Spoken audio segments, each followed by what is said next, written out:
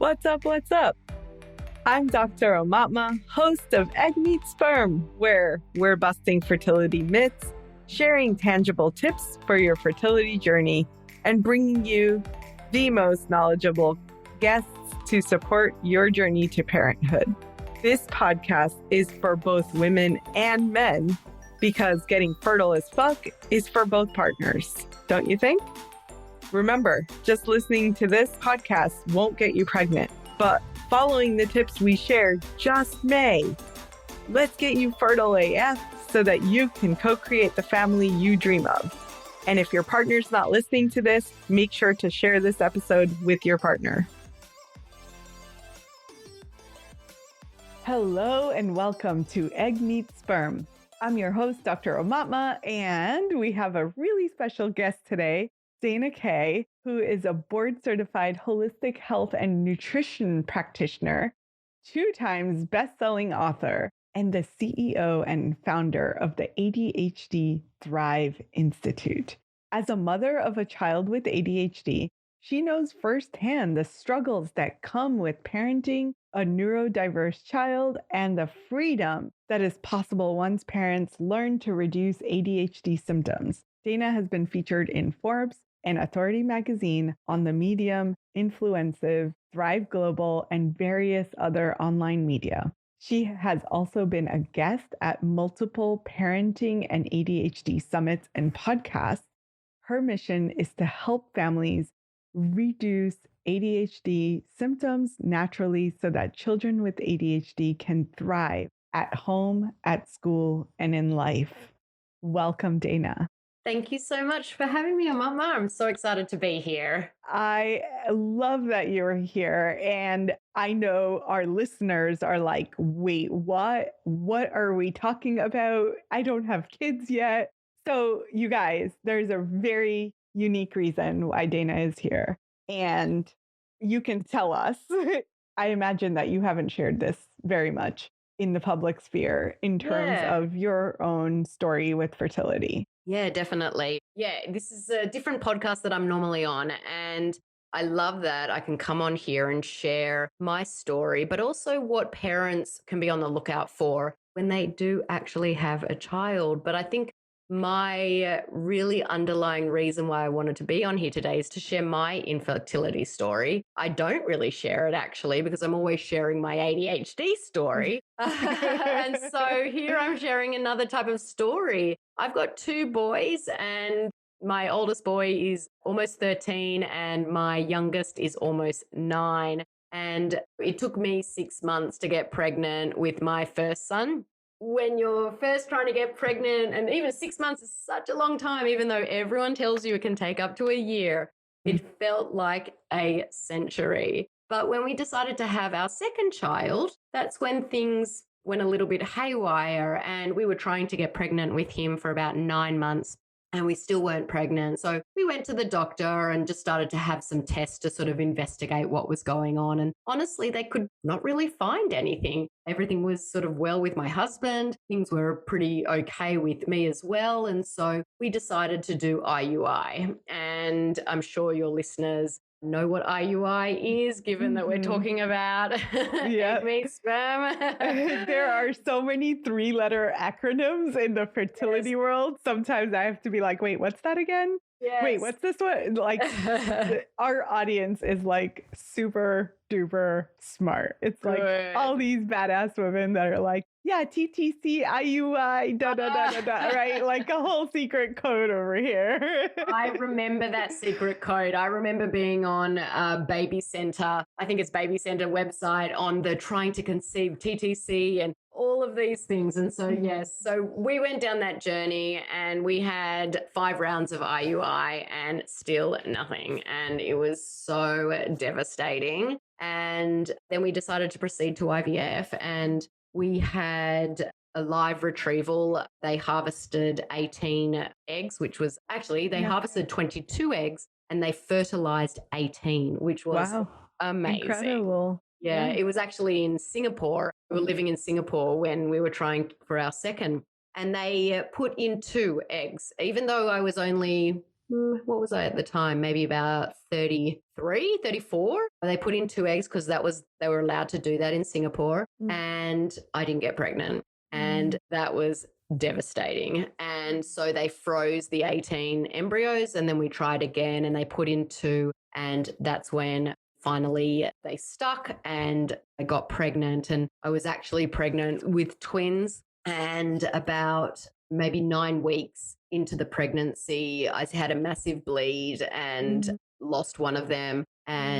But then had a very healthy, happy baby. His name's Asher. He's now almost 9 and everything turned out perfectly. And honestly, and this is why I kind of wanted to come on here is to share that. But there are so many things that I have learned since then that I wish I had known back when I was trying, or even before I started trying. I didn't realize that you had to prep your body for getting pregnant. I didn't realize that what you eat affects your body, affects inflammation. I had no idea that gut health was so critical to this whole process. Had no idea about genetic mutations, and in particular, MTHFR can affect you in getting pregnant. And I wish that I'd known so much of that before even trying to conceive. I thought that getting pregnant was literally just having sex.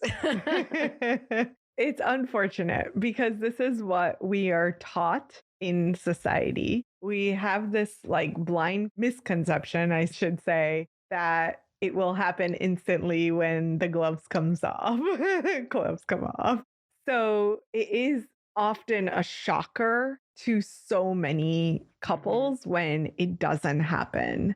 And literally, like you said, this 6 months feels like eternity when you're trying to get pregnant. And every month you're like, oh, it worked this time. And then your period comes and you're like, shit, it didn't work. What the hell? So I absolutely understand. And I think that your wisdom in retrospect is amazingly helpful because it is these things that we can do to prep our bodies pre-conception that will not only help us get pregnant, but I do want to make this connection to what the work that you do in the world now, which is the ADHD, and how that preconception support and pregnancy support can actually make for healthier humans down the road. Definitely. And there is a big connections. And I kind of like to look at it as a bucket. And so through our life, we get exposed to certain things, and they may be environmental toxins, they may be heavy metals, they may be poor diet and different things like that. We may pick up a parasite or bacterial overgrowth in our gut. And as these things go into our bucket, we're born with an empty bucket. We may not be born with a bucket. And this is tying into preconception or even giving birth. We're born with a bucket. And whether that bucket's got a little bit in it when we're born or not, over the years, we are having all of this toxic overload being put into our bucket. And at some point, our bucket is going to tip over, okay? When the bucket gets full, our bucket is going to tip over. And that's when symptoms start to occur, okay? And so what we need to do is we need to keep the load on the bucket low. And you may have, or listeners out there may have, a preconception when they're trying to conceive, their bucket might be overflowing. Their bucket might be really, really full. And that toxic overload and that bucket tipping over, the symptom that has come from that could be the inability to conceive. And so this is very much in relation to what I do in that, okay, we've got a child who has been born. They may have been born by cesarean section, and they may not have got some of that really good bacteria from the mums when they're a vaginal birth. And they may straight away be put into the NICU and have antibiotics. And all of that is contributing to that child's bucket. That's what happened actually with my oldest son. And so he was actually a natural birth. He wasn't IVF or IUI, and he wasn't growing very well in our 38th week. The doctor was worried about the placenta being compromised. And so they actually decided to induce him at 38 weeks. So he came into this world, labor was 6 hours. I ended up having an epidural, but when he came into this world, he wasn't breathing. And they rushed him off to the NICU because he wasn't breathing, and he had intermittent tachypnea. And he also had a premature lung disease, even though he wasn't premature. And it happens to 0.01% of babies over 38 weeks. And it happened to my son. So Wow. he got taken off to the NICU. He had got put on CPAP. He probably had medication put into his body. He wasn't breastfed straight away. And so all of these little things were contributing to his bucket. He was getting this load on his bucket as he was growing. And then when he turned the age of 2, I sort of started to think to myself, there's something not quite right. He was happy, he was talking, all of that sort of stuff, but he was so hyperactive. He couldn't sit still. He would have these tantrums, more than just a terrible 2. And it continued to 3. It continued to 4. And I would ask his teachers and the doctor, and they'd be like, oh, he's just a boy. He'll grow out of it. And it wasn't until he was about the age of 4 when it really caught up with him. And it caught up, and the teachers started to notice that, yes, he was very hyperactive. And yes, these tantrums and these meltdowns were not normal. And that's when he was diagnosed with ADHD. And so, his bucket was continuing to fill up. I didn't know about feeding the body all of these great foods. I thought everything in moderation. I didn't feed him crap, but everything in moderation, hey? And so he was getting all the candies. He was getting all the stuff that a normal child has. But over time, his bucket was filling up. And then at age 4, it spilled out. And that's when everyone noticed that, okay, these aren't normal. And so he was diagnosed with ADHD, and he was straight away put on strong medication. And that, again, continued to fill up his bucket. So I say that story because he was born probably with his bucket already a little bit full. And that's okay. It's not my fault. I don't blame myself. No parent out there, no one listening should blame themselves. When you know better, you do better. And that's what I did. I was like, by the time the doctor was suggesting the 4th medication, so he was on 3 at the time, he was only 5. Wow. That's when I decided, hold on, this is not okay. And that's when I went back to school, did my holistic health degree, multiple specific certifications in this particular natural health and nutrition area, and really learned that symptoms, whether they're for ADHD or whether they're for any disease, can be reduced naturally. And so we tie it back to trying to get pregnant. And then while we're pregnant, we are not only contributing to our bucket, we're also contributing to our child's bucket. And so what we eat, what we put in our body, how we prepare our body for that is so, so important. Absolutely. I feel like this message is probably not shared enough. And of course, I say it all day long, but it's good to hear it from someone who's not necessarily directly tied into the fertility world, but you see in retrospect the choices that you could have made differently. And that's not with blame or shame or any of it. It's just, yeah, now I know different. Now I know better. No, you're so right. And I think for listeners out there, I just want to share a couple of statistics because I think this is really important. It's estimated that 54% of American children have been diagnosed with a chronic illness, and that was in 2018. And that figure a few years before that was only 15%.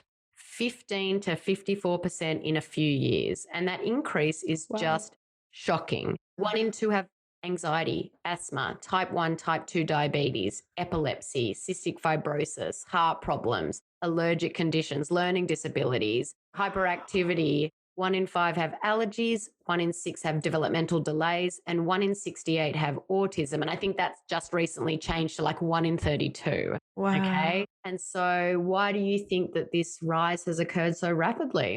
And that's because our buckets are filling up so much quicker, and it's affecting everything that's going on in our body. It's affecting our gut, and our gut is so tied to every aspect of our health. Absolutely. And so when a baby is born via C-section, it will affect their gut bacteria. And that's, again, no blame whatsoever, but there's things you can do if that happens. And Right. so it's about let's spread that knowledge, get that message out there, because there are things you can do if you do end up in cesarean section. And there are things you can do. Like I was induced also. I was hot because, oh my God, labor is intense and it like my Mhm. body hit revved up. My temperature was probably like 99 or Mhm. something. And the doctor was like, nope, sorry, you need to be on antibiotics.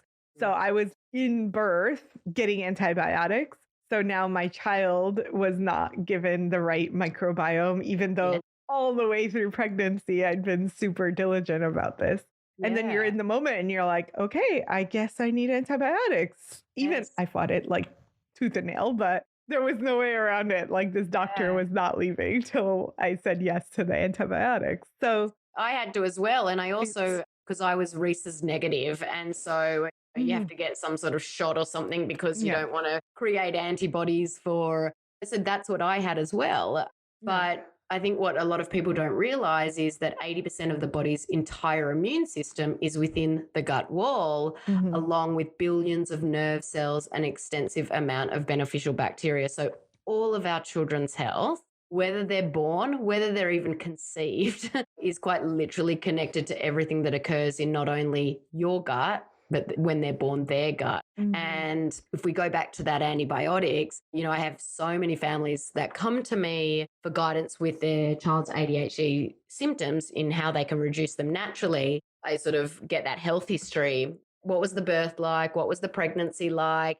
If the child's been sick a lot, have they been healthy? A lot of them say, oh, they've been healthy. Mhm. And when I sort of press forward and go a bit deeper and I say, well, have they suffered any diarrhea or constipation? And they often tell me that they have. And they really surprised to learn that it's, not healthy or normal. It may be very common, but Mhm. it's a byproduct of an unhealthy gut. And then I ask if a child has been on lots of antibiotics when they were younger, and a massive percentage of children had. And I wish I'd kept a tally. And Yeah. actually, like you've raised a good point in that you were put on antibiotics. I actually wish I could have got a tally of the kids that are diagnosed with ADHD if their parents or their mum was on antibiotics at all during pregnancy, as well Mhm. as were the child on a lot of Mhm. antibiotics afterwards, because most antibiotics work by killing bacteria or preventing it from growing. Unfortunately, most can't distinguish between the good and the bad bacteria. And so that Right. can wreak havoc on the gut's healthy bacteria. But what many people don't realize is that they suffer lasting changes in their gut flora as a result. Yeah, absolutely. So the fallout from that was that my child had a thick white coating on his tongue and extremely watery poop at birth, Yep. essentially, like 3 days in. And I was like, yeah, that's not normal. And of course, I talked to the doctor. The doctor's like, oh, he's fine. He'll fix itself. I'm like, Yes. no, this is not stuff that fixes itself. I'm sorry. Like, I'm going to do Yeah. something about this. What did you So, do about it? so I gave him probiotics, of Mhm. course, but I found these research studies that said that there was a specific nutrient, selenium, that could break the biofilm. Mm, So I was like giving him the selenium and the probiotics combo at great. different times because I didn't want to give him like antibacterial Yes. No, herbs not or at that anything like age. that. Like it was Yes. just, he was too young. So I was like, Yeah. okay, what's some very gentle thing I can do? Yeah, well, Um, selenium's a great antioxidant. right. Yeah. Yeah, Yeah. probiotics will obviously help control any yeast or anything like that. So, Right. yeah, Exactly. So 3 weeks later, coating on the tongue is gone. He's fine. Poop is mm, normal. Like right. everything kind of clicked into place. Yeah, But that's to say, there are practitioners that can help support this yes, if challenges arise, right? If something didn't go as planned and you couldn't control what happened, could you shift the outcome in any way? yes. Right. And we have the privilege of having this community around us. If Hmm. I don't know, someone else knows. But I think that we really do want to share this knowledge and want to share this idea that supporting preconception health and pregnancy health will really help improve the health of your future baby and honestly 3 generations out. Yeah, So all of the work that you do can help to lower the, using your analogy, lower the number of things in your bucket or in your child's bucket that they have to deal with. Studies have shown 376, I want to say, is the latest number of toxins found in cord blood at birth. Wow.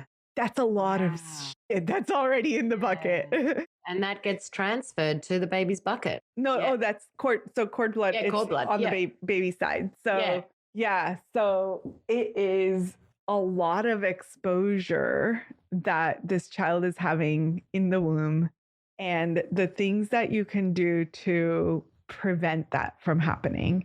So let's talk about some of the things, the tools or tips that you might have for women that are preconception, who are like, well, what can I do? How can I make sure that this doesn't happen to me? Yeah. Any tips? Yeah, definitely. And it's all about education, isn't it? Yeah. It's about you're here listening to this podcast and you've got your pen and paper. And so any little bit of tidbits and any one little step can help. Don't think you have to do everything at once. There's a lot of things that you can do, but don't overwhelm yourself. You're about to have a baby and that's amazing. And so anything we can do to reduce that toxic load would be phenomenal for you and for the baby. And so one of the biggest things is to look at your cleaning products and your personal care products to make sure that your house is not a toxic haven.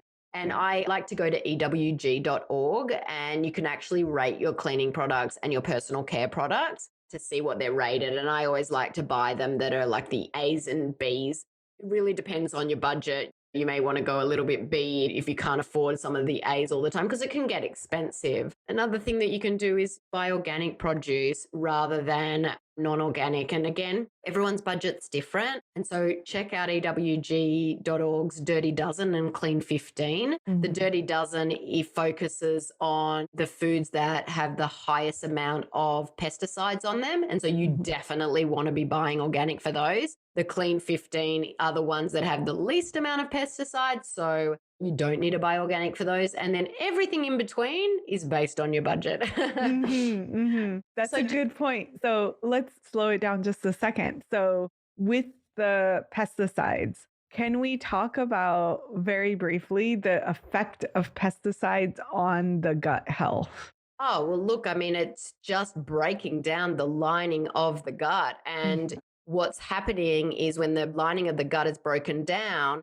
it actually travels into our bloodstream. And if I tie it to ADHD, it travels up into the brain. And there is a really huge connection between the gut and the brain. And if our guts aren't functioning well, our brains won't be able to function well either. And especially when it relates to kids or even adults with anxiety or depression, 95% of the body's serotonin and 50% of the body's dopamine is produced in the gut. And these neurotransmitters are the ones that help us manage emotions. They balance our mood. They keep us calm. They help our cognitive function. And so when these toxins come into the gut and break down the cell walls, then that's going to then travel up to the brain, and that's going to stop your body producing these vital neurotransmitters. You need these, especially when you're going through pregnancy and when you're post-pregnant, but when you give birth as well. I'm sure you've talked about postnatal depression, and you want to have these vital neurotransmitters at their peak when you are going through that. In terms of how that affects ADHD, emotional dysregulation is a common symptom of ADHD. And a lot of people don't realize that the emotional dysregulation actually starts in the gut. And that's where that serotonin and dopamine are made. And so you want to reduce that toxic load. But if I connect it also to the brain has many areas involved in gut function. And the main one is the frontal lobe, which is responsible for things like attention and focus and executive function and planning and organizing, all of which are common symptoms of ADHD. But also for anyone, when you've got a mum with baby brain or whatever. And so I want these things anyway. Yeah, exactly. And so because the frontal lobe is in the brain, many people are under the impression that the brain is what needs care, when in reality, it's also the gut. And so what we can actually do is reduce these toxin exposures, reduce these pesticides, so we're not breaking down the gut. Leaky gut is a whole topic for another day. and it can cause so many different things. And it's not just these chemicals or these pesticides that are breaking it down. It's also other inflammation or other food, your diet. I would say that for listeners out there, if there's any family history of ADHD, you may want to consider implementing a low inflammatory diet. So gluten, dairy, and soy free. And that reduces not only inflammation in your body, it helps heal your gut that then is going to pass that on to your child. And so if you've got any health concerns whatsoever, I'd suggest going on a low inflammatory diet. Obviously, getting as many calories that you need, obviously, during pregnancy. People sometimes think, oh, well, I'm going to go on a gluten-free diet. I'm not going to get enough calories. That's not right for sure. So not only checking your cleaning products, personal care products, organic food, and then implementing a low inflammatory diet if there is that family history or if there is other disease and disorders in the family, because that inflammation in your body is also not only going to stop you from getting pregnant, it's then going to be passed on to your child. Wow.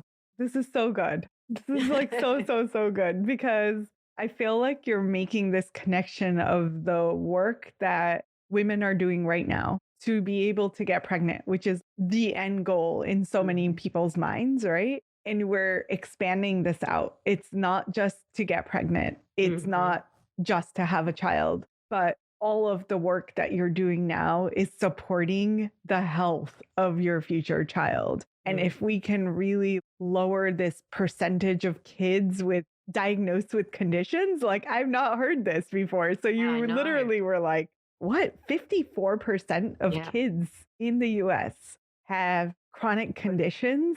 That's like really scary. It is very scary. Yeah. And so for those of you listening today, I know we started out with talking about ADHD, but this is the things that you're going to do to support. If you have a child with ADHD, obviously get support and support that child. But if you're not with child yet, there's a lot of things that you can do to support the health of this child through conception, through pregnancy, and through the early years of their life. So I appreciate you sharing your wisdom and your story. Thank you so much for being with us today. Thank you so much for having me. It was a pleasure. And it was great to talk about something other than ADHD. But, there was a little bit in there. But I think listeners out there, everything that I shared is not just tied to ADHD. And so everything it literally applies to every aspect of life.